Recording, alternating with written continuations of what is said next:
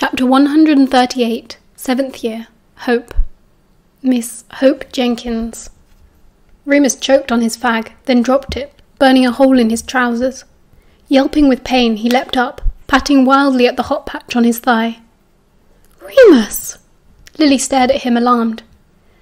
"Are you okay?" Yeah. He picked up the cigarette and tossed it out of the window. He'd scrunched up the little envelope in his other hand. He stuffed the crumpled paper into his pocket. "Just nip into the loo."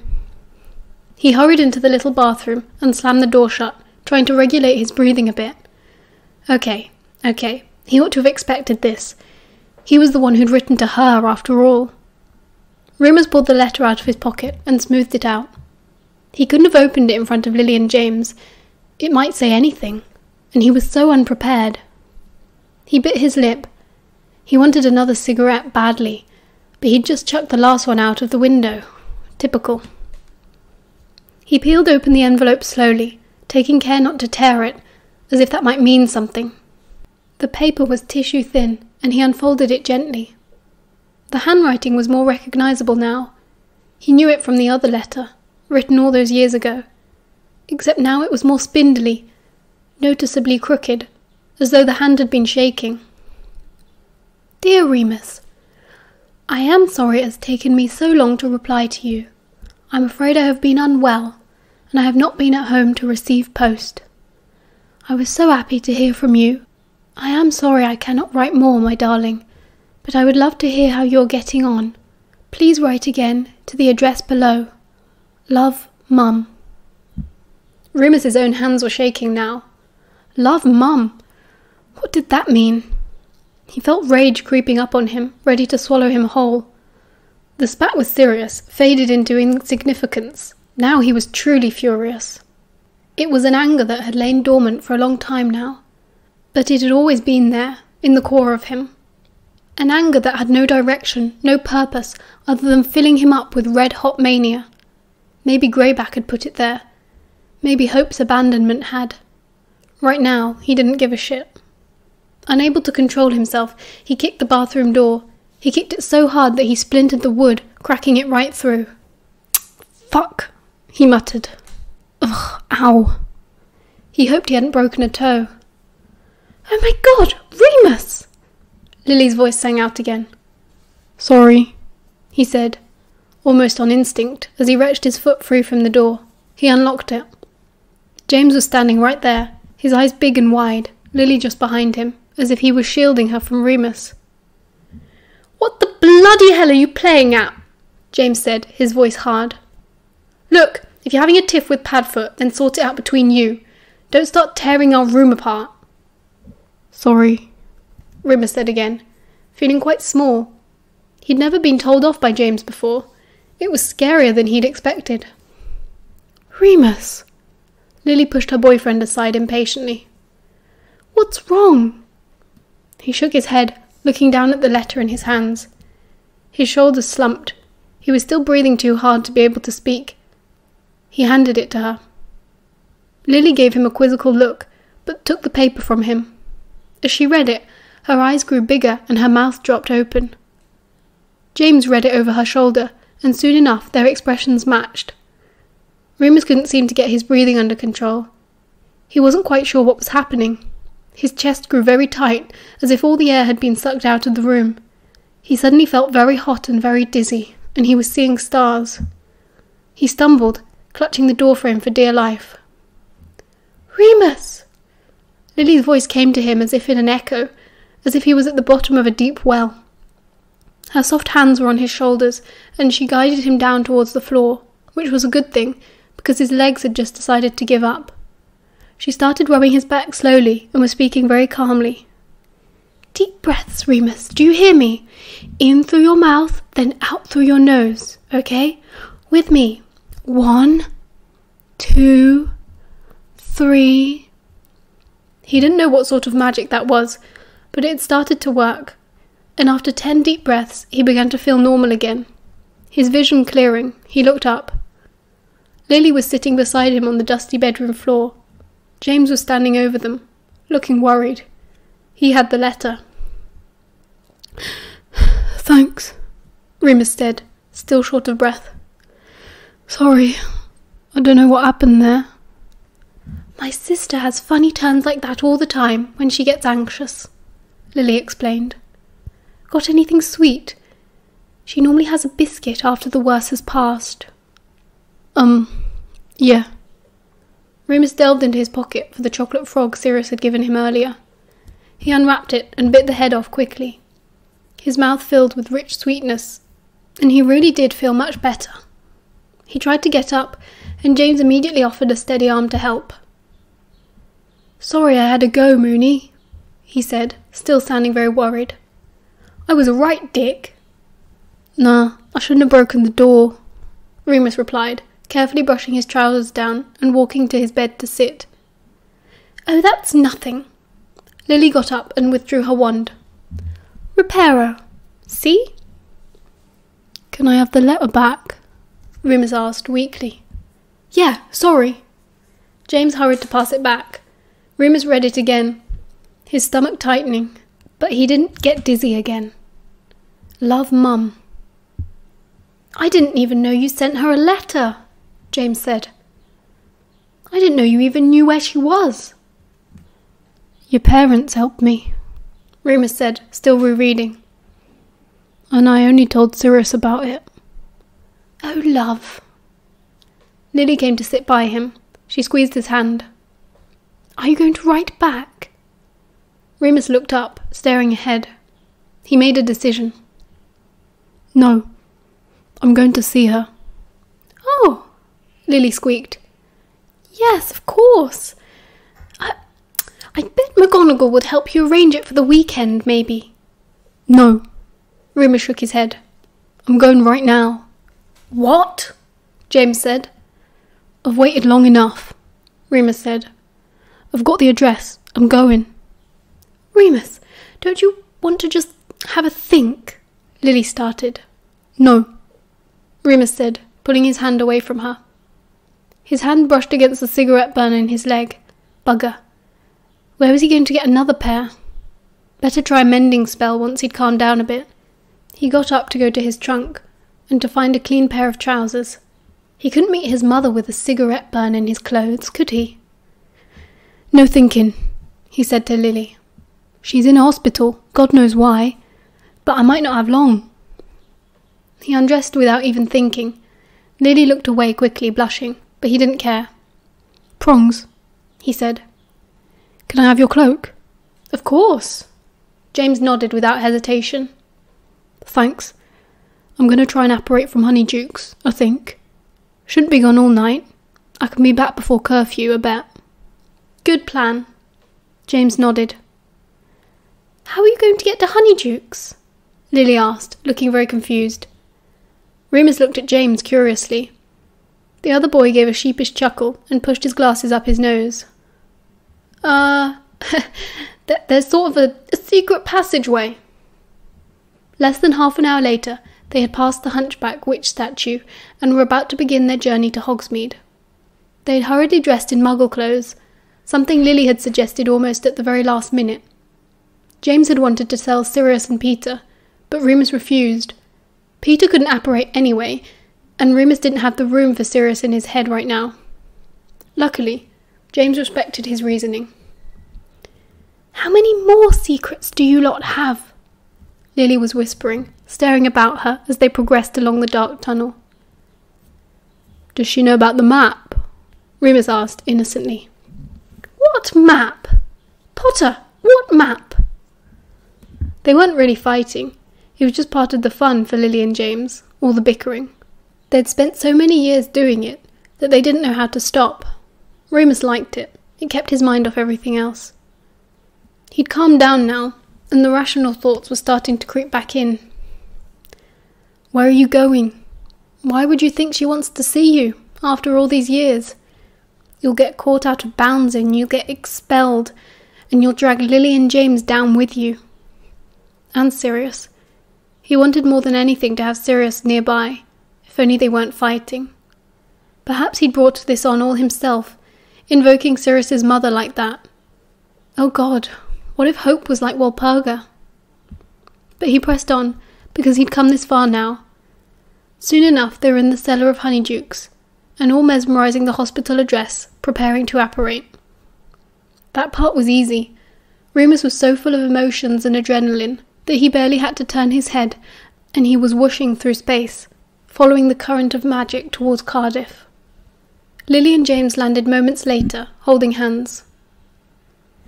"This is Wales, then," Lily said, looking round at the quiet city street they found themselves on. "Never been before." "Me neither," James and Remus replied in unison. "Let's look for the hospital, then," she smiled. She dropped James's hand and took Remus's instead, half leading him to the end of the road. They'd overshot by only a street or two. The main building was ornate, old and red brick, the rest of it 60s grey concrete. It had that cold institutional atmosphere which reminded Remus too much of St. Edmund's. "Right," Lily said brightly, facing a large map of the building, beneath a signpost pointing in various directions. "It was Sparrow Ward, wasn't it? So, that's... over there."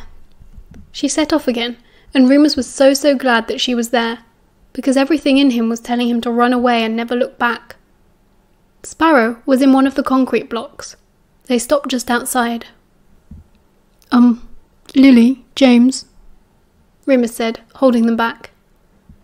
"Do you mind not coming with me? I want to do it by myself. Sorry." "Of course," Lily said, patting his shoulder. "We'll wait right here. Right, James?" "Okay," James nodded carefully. "Mooney, are you sure you don't want me to get—" "He won't come," Remus said with absolute certainty. "You were right, we did have a fight. I was awful to him. I said some really shitty stuff. He's angry, and he's got a right to be." "Yeah, but still—" "It's fine, Prongs," Remus assured him. "I'm fine, okay? Okay, I'm going in now." "Good luck," Lily smiled. He nodded grimly and approached the revolving doors. Inside the hospital, there were signs pointing in all sorts of directions, and 3 times Remus had to go back on himself because he'd taken a wrong turn or got in the wrong lift somewhere. It was an awful place. It stank of sickness and piss and disinfectant masking blood and death. Remus's nerve was weakening by the minute. Finally, he passed through a set of double doors with Sparrow printed neatly above in blue and white. It led to a quieter corridor, with a nurse station at the end and lots of light open rooms with neat rows of people lying in beds.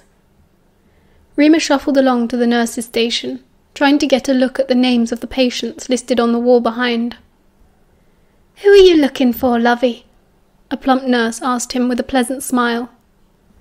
Ope Jenkins," Remus mumbled. "Ah, relative, are you?" "Yeah, I'm her son." "Oh, she'll be so pleased. She talks about her kids all the time, does Ope. Just follow me, pet." He didn't have the time to be stunned by this latest revelation, that his mother had kids, plural. Speechless, Remus followed the nurse down the squeaky green lino corridor, into a ward with 6 or 8 beds in it. She led him to the far window, where light poured in. "Hope, my love, you've got a visitor. Your boy's come up to see you. Isn't that nice?" The nurse ushered him in, and he stood at the end of the bed helplessly. The woman lying in the bed looked as though she'd been dozing, though she was propped up in a half-sitting position. She was blinking now, disorientated, and frowned slightly at the nurse. "Who?" She spoke in a quiet, hoarse voice, still confused, until her dark eyes landed on Remus. Her pale eyebrows shot up. "Oh," she said. "Hello," he waved, feeling stupid. "I'll give you two some privacy," the nurse was saying, drawing the pale hospital curtains around the bed. "Can I get anyone a cup of tea?" "No, thank you," they both replied, still staring at each other. She was very small and very frail, skeleton-like even, her bones and tendons showing through the skin. She looked much older than Remus had imagined, But perhaps that was just the illness. Her face was sunken and had a morbid skull-like quality. He remembered how lovely she'd looked in her photograph, and how pretty she might still be, if she was well. More alert now, her watery black eyes stared up at him, with an almost greedy glint, as if she was absorbing every inch of his gangly frame. He stood still and let her. "Oh," she whispered hoarsely, her eyes filled with tears. "Oh, you look just like him." So this was his mother. He looked down at her and felt nothing at all. He cleared his throat. "I got your letter."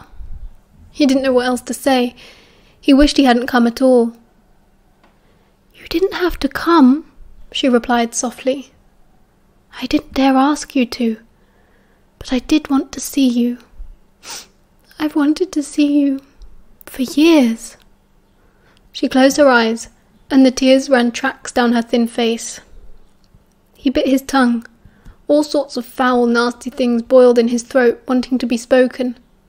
But what was the use of it? She was clearly dying. He could smell it on her. Angry words would make no difference. She spoke again.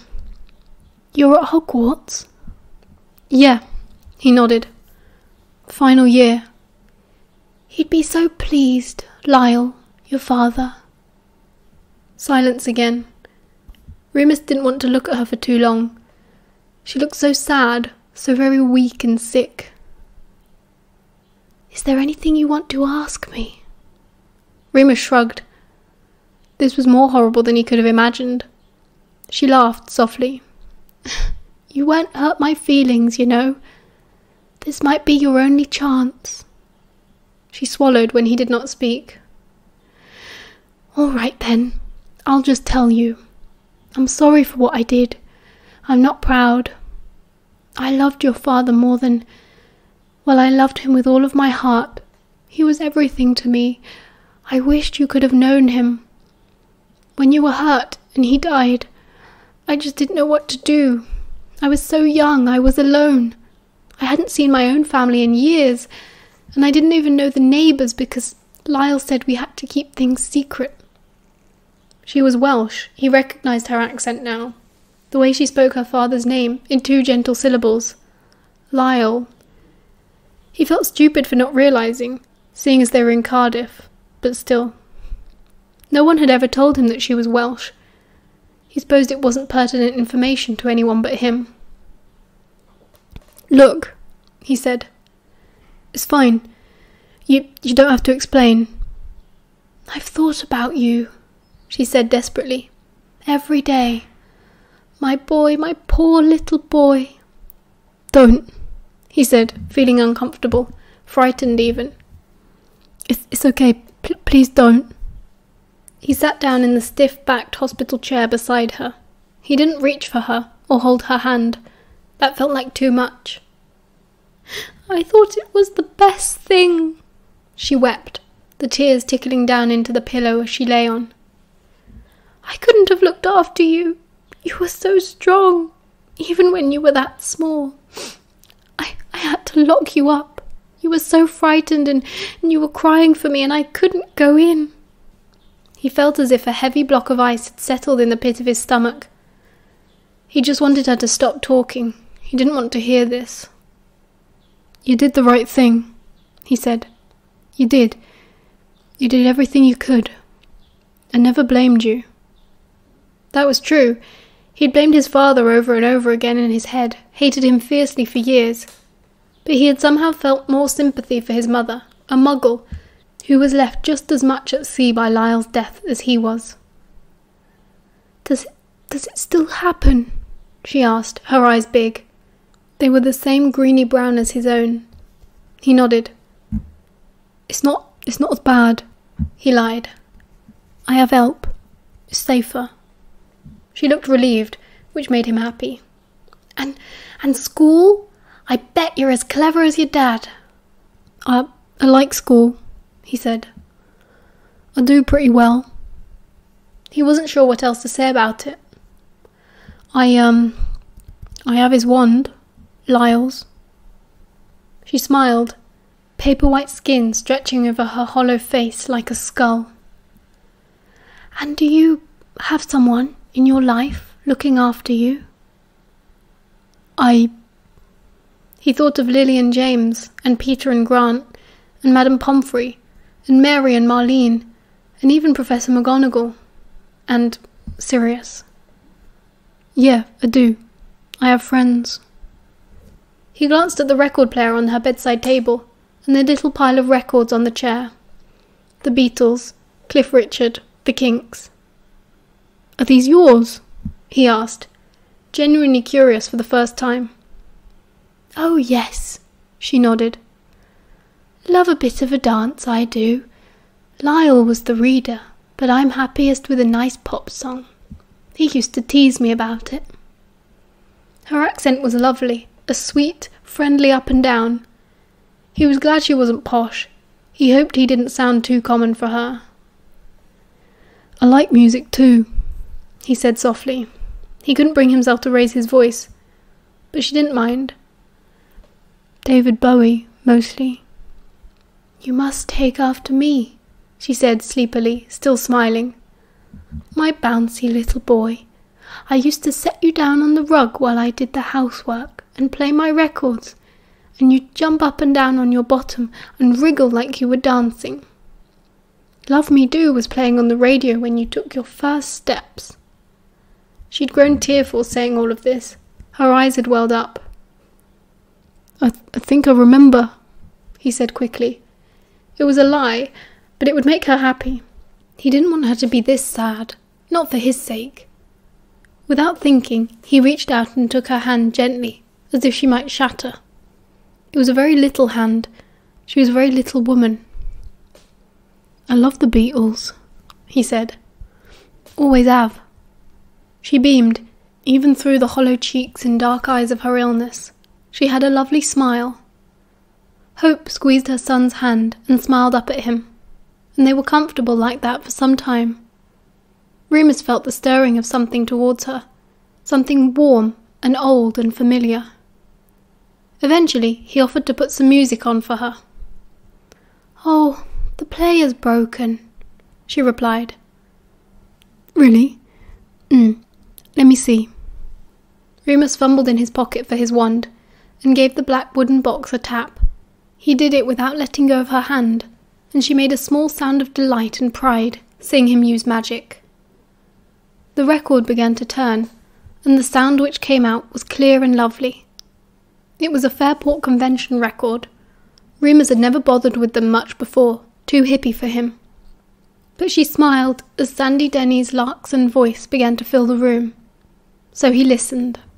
They both sat and listened quietly to the music, and Remus saw that he got some of his shyness from her, maybe. She never held eye contact for too long, and never pushed him into talking. Remus had a sense that they could sit in contented silence like that for hours, and understand each other just as well as if they'd done nothing but talk. In a little while, the nurse came back. It was already after visiting hours, she said, and Matron would be on her case. Remus didn't want to go, and Hope didn't want him to leave. "Will you come back?" she pleaded, turning weepy again. "I will," he promised. "As soon as I can, I will." She pulled his hand to her lips. She was very weak, but he let her. She kissed his scarred knuckles. "I love you, my darling." Something inside him broke when he realized he couldn't say it back. He didn't know how to say it and mean it. I'll see you soon," he promised again, hoping she didn't mind too much. He left the room in a daze, and it was a miracle he'd managed to get out of the hospital at all. It must have taken twice as long as it took him to get in. Outside, it had grown dark.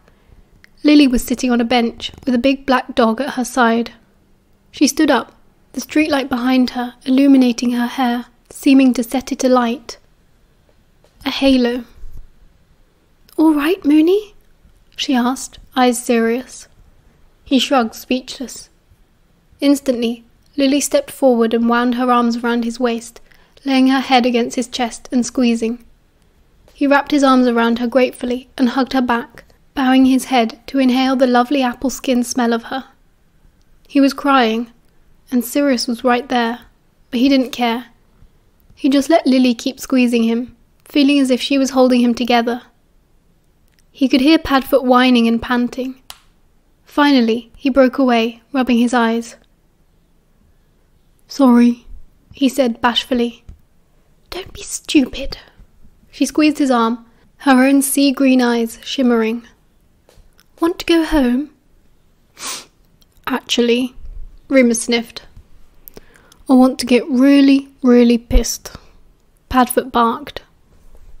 Chapter 139, 7th Year. Drunkards.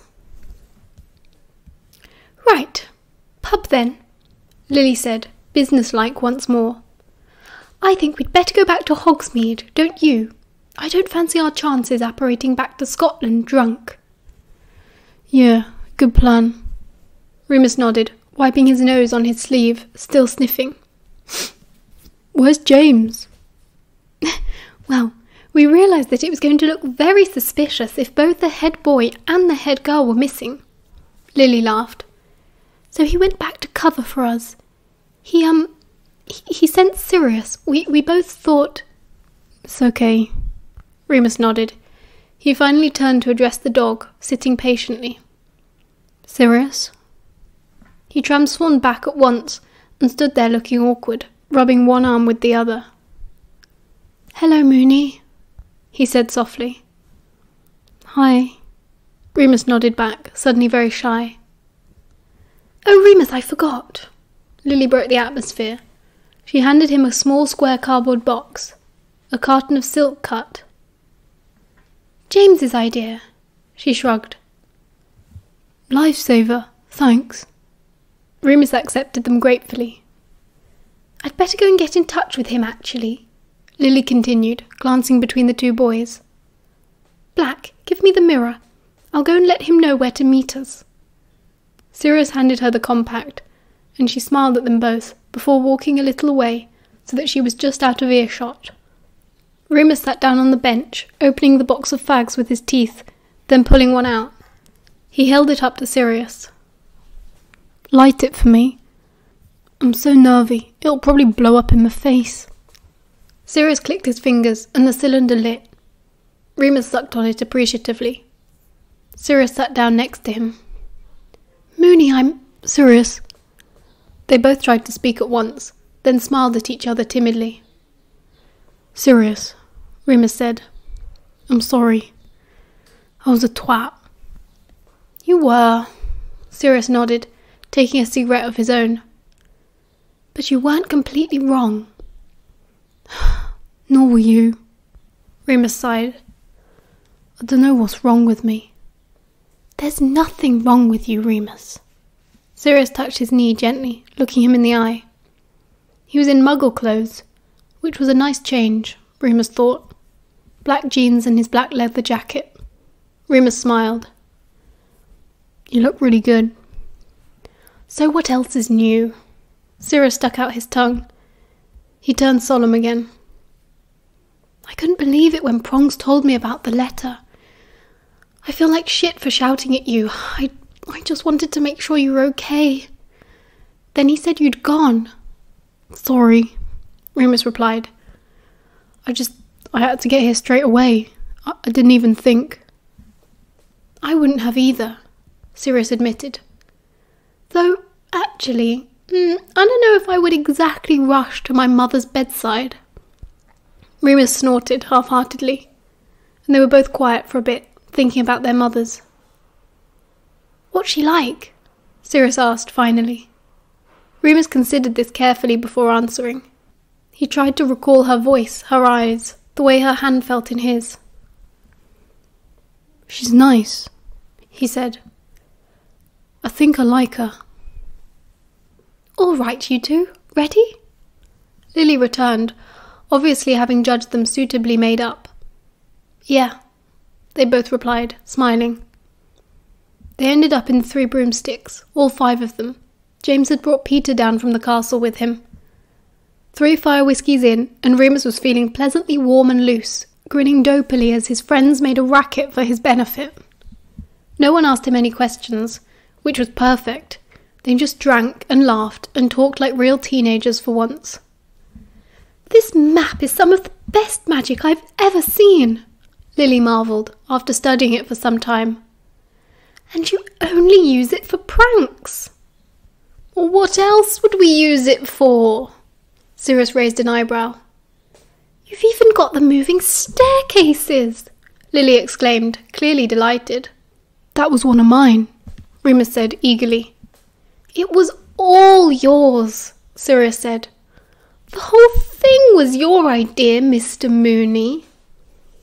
"Yeah, but you did loads of work on it." "What are you going to do with it at the end of the year?" Lily asked. The four boys looked at each other with a note of sadness.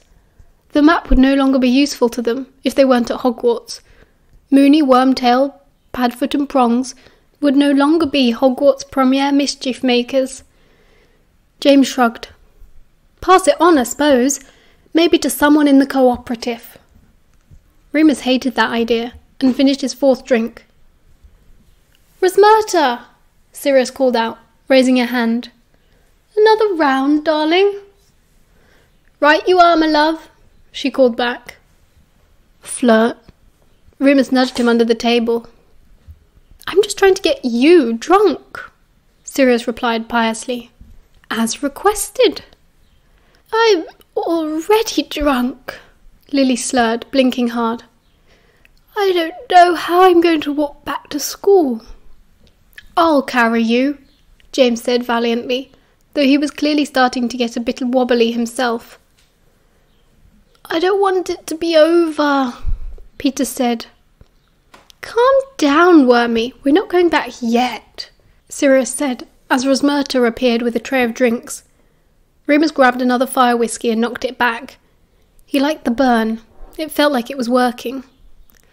"I don't mean tonight," Peter said, clumsily slamming his chubby fist on the table. "I mean school. I mean everything." "School isn't everything," Lily patted him gently. "No," he sighed. "But it's all going to change, isn't it? We won't see each other all the time. We'll all have jobs." "Speak for yourself," Sirius laughed. "Some of us are independently wealthy. Anyway, of course we'll see each other every day, idiot. We're all moving in together." Lily and James looked at each other, suddenly sober. Sirius's eyes narrowed. "What?" "Mate," James said awkwardly. Lily and I have been talking about maybe getting a flat together after the summer." "Yeah?" Sirius nodded. "We'll all move in and—" Padfoot. Remus touched his knee. "He means just the two of them." "What? Why?" "Let's not talk about this now," Lily said hurriedly. "Nothing's decided." But everyone could see that it was. "What about this prank, then?" James said, still eyeing Sirius. "What are we going to do if no one comes up with anything good?" "We will," Remus said. "There's time. Is it me, or is the mass levitation idea starting to sound really good?" "Oh, good, you are drunk," Sirius smirked. "How the fuck are we supposed to levitate 200 students? And why would we?" "Be funny." Remus shrugged, then giggled. Everything seemed like it would be funny right then. "There are enough of us," James said. "If everyone concentrates, we could easily levitate them all." "And then do what with them?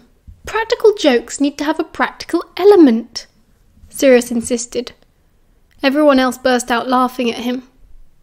He shook his head disdainfully and took a swig of his butterbeer. "You're not drinking?" Remus said suddenly. No." Sirius looked down self-consciously. "Thought someone better stay responsible enough to get you lot back in one piece." Lily grinned dopily. "You do care, Black. You're all soft and sensitive really, aren't you?" No, I just don't want anyone getting expelled before we can get this prank off the ground. Off the ground! So you agree with the levitation idea? James cackled. Oh, for goodness sake! Sirius rolled his eyes. I'm going to the loo. He got up and left them all laughing. Remus took the opportunity to pop out for a cigarette break. He could have smoked in the pub, and thought that Lily and James might even let him get away with it, but he wanted a minute to himself. Outside was nice and cool. The air felt clean. He lit up and started puffing away, wrapping his arms around himself against the chill. He was really drunk. He had to lean against the wall just to stay up. It was nice. He didn't have to worry about anything if he was drunk. No one would expect him to. He leaned his head back against the wall, catching sight of the pale crescent moon glowing through the clouds. He thought about Livia, as he often did when he saw the moon, and Castor. He thought about their warning, and how it had been so meaningless in the end. Why was that? Remus's whiskey-addled mind hit on something he hadn't thought about before. But as soon as it was there, it was gone again. He shook his head dazedly. All right. Sirius came out and joined him. Mm-hmm. Sirius nodded, smiling widely. Pisshead. Sirius smirked. Oi! Remus shot back playfully. I can hold my drink, thank you very much, unlike some. Oh, yeah? Sirius humoured him, leaning against the wall too. He took Remus's hand and laced their fingers together. Mm-hmm, yeah. Remus nodded. Remember my 15th? You and Pete got so wankered you threw up in the tunnel. Godric, how could I forget? Sirius laughed. Horrific. Nah. Sirius sighed happily, squeezing Sirius's fingers. It was nice. You fell asleep on my shoulder and told me I was magic. Did I? You did. That does sound nice.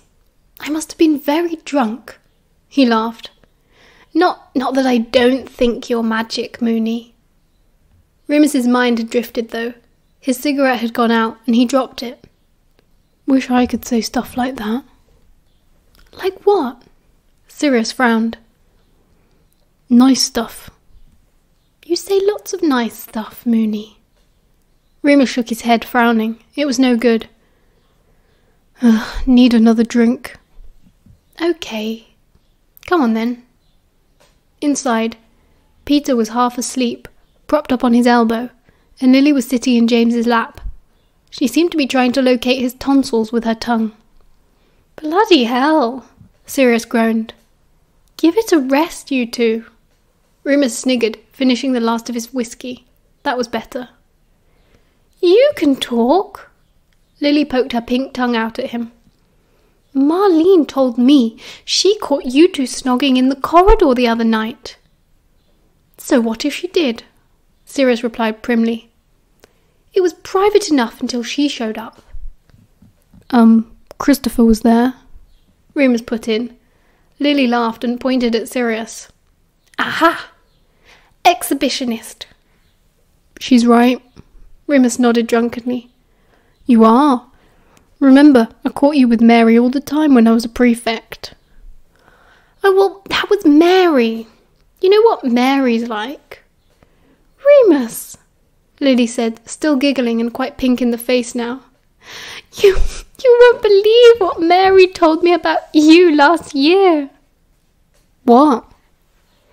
Well, it was before you came out, so you'd think she'd admit it was made up by now. But she told me and Marlene that you and she,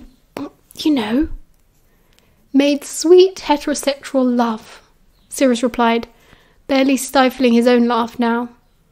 Oh, Remus said. Yeah, that's true actually. What? Lily stared at him, her mouth open. Ages ago. Last year, actually, Sirius corrected. It's fine, Lily. He only did it to make me jealous. Arrogant prick, Remus snorted. Peter began to snore. James looked at him, then at his pocket watch. "Reckon we better head back." Remus insisted on finishing not only his drink, but everyone else's before they left. He wanted to be good and drunk, so that he would fall straight to sleep without any of the intrusive thoughts that had been plaguing him since Marlene's return. Plus, though he wasn't going to tell Sirius, his hip didn't hurt as much with all that liquor in his blood. James was true to his word, and gave Lily a piggyback all the way back to Honeydukes. Remus looked at Sirius and quirked an eyebrow. The other boy laughed. "I'll levitate you if you want, but I am not carrying you." "Oh, who says romance is dead?" Peter yawned, rubbing his eyes and trailing along beside them. By the time they were descending the steps into the cellar of the sweet shop, Remus was feeling a lot less cheerful about the whole thing. Perhaps the last few whiskies had been a bad idea. His head was starting to throb painfully, and his vision was swimming. His limbs felt heavy, and as they sank into the darkness of the tunnel, he quite fancied just curling up to sleep right there. "No one will miss us," he mumbled as Sirius gently pulled him along. "It's the weekend tomorrow." "I really don't think you'll be happy waking up here, Moony," Sirius chided him gently. "Trust me." I trust you," Remus replied, his mouth thick with saliva. It was all right for Peter. He'd transformed into a rat and curled up to sleep in Lily's pocket. "He's so good at that," Sirius marvelled. "I can't transform drunk." "I can," James said excitedly, and promptly did, much to Lily's fright. "Jesus Christ," she breathed. "I'm never going to get used to that." Prongs bowed his antlered head and lowered one knee, allowing Lily to climb on his back. She gripped his neck, grinning, and whooped as James set off clattering down the tunnel at a gallop. Remus and Sirius stared after them as they vanished into the darkness. "Charming," Sirius huffed. "Why aren't you a more useful animal?" Remus grumbled, leaning heavily against him. "It's not like we got to choose." "Ugh," Remus groaned. I'm gonna be sick." "Ugh, over there then." Sirius grabbed him by the shoulders and turned him around just in time. Luckily, Remus hadn't eaten much that day, but it still felt horrible. His gut contracted painfully, and he retched until his eyes bulged and he thought he'd choke. His eyes were stinging with tears when he finally came up for air. He rubbed them away quickly. Sirius handed him a goblet of cold water. "Where'd you get that?" Remus spluttered, wiping his mouth. "Keep it on me for full moons," Sirius shrugged. "Weightlessness charm. Must have left it in my pocket." "Oi, just sip it, or you'll chuck it all up again." Remus obeyed. He washed his mouth out and spat. "Sorry," he said weakly. "Ugh, that's disgusting." "Call it payback for your 15th, Sirius laughed. "Come on, should we keep going?" Remus nodded, a hand on Sirius's shoulder to keep himself steady. "I shouldn't have got so drunk," he mumbled. "You deserved it," Sirius replied blasé.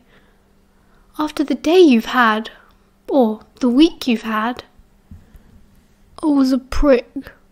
Remus was getting melancholy now, was feeling sorry for himself. Sirius wasn't having any of it. "Enough of that now, we've talked about it." "But I am a prick, though." "No, you're lovely," Sirius insisted. "I don't have any feelings," Remus moped. "What are you on about? Of course you've got feelings. Look, we're nearly there now. Ugh, those bastards have gone on without us. Hey, do you reckon Prongs figures how to change back?" "She told me she loves me," Remus said, his forehead on Sirius's shoulder now. "What? Who?" Oh, right." Sirius stopped to check he was okay. He tried to be comforting. "Well, that's good, isn't it? Nice to hear that." "I didn't say it back," That's to be expected. But it doesn't mean you don't have feelings. I know you've got your heart set on being a monster, but I'm very sorry to tell you that you are not. I couldn't say it, Remus insisted, his voice muffled. I don't think I can say it to anyone, even if I wanted to. Sirius went very quiet and very still for a while. They were at the entrance of the tunnel now. In a few moments they would be back inside the castle. Sirius gave Remus a quick hug, stroking his hair gently. He pulled away and held his hand tightly. That's okay, Remus, he whispered, even though they were alone. That's okay, because it's not something you say. It's something you do, right? Right, Sirius nodded, tearful and drunk, but somewhat placated. Good, Sirius smiled again. Now, let's get you to bed, yeah? Remus agreed. Just as Sirius was pushing the statue of the humpback witch aside, Remus touched his arm. Sirius? Yeah? You're magic. End of chapter 139.